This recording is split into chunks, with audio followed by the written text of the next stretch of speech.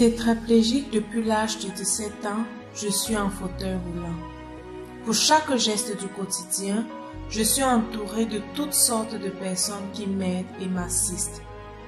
Elles me sortent du lit, me versent le café, m'habillent, me coiffent, me brossent les dents, me mouchent.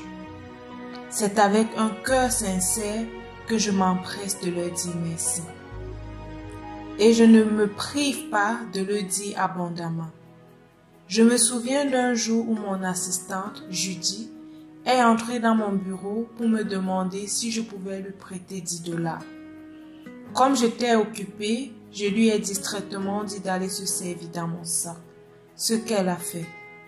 Lorsque je l'ai entendu refermer mon porte-monnaie, j'ai automatiquement lâché un chaleureux merci.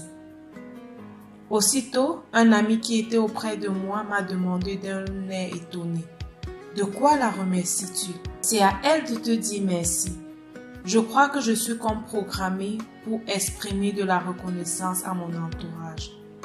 Si seulement nous avions la même attitude envers le Seigneur Jésus.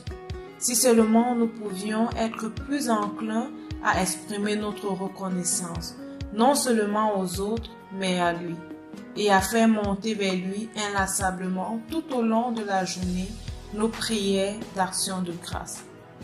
Malheureusement, il est effrayant de constater que le manque de reconnaissance et souvent l'ingratitude habitent notre cœur.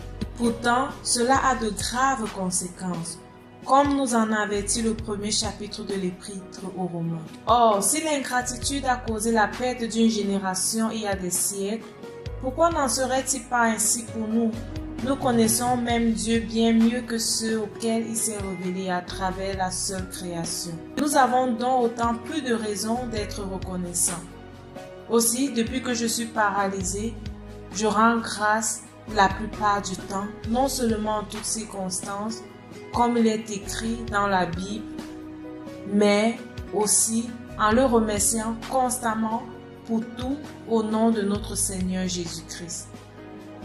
Nous sommes généralement capables de remercier Dieu pour sa grâce, pour son réconfort et pour son soutien dans l'épreuve.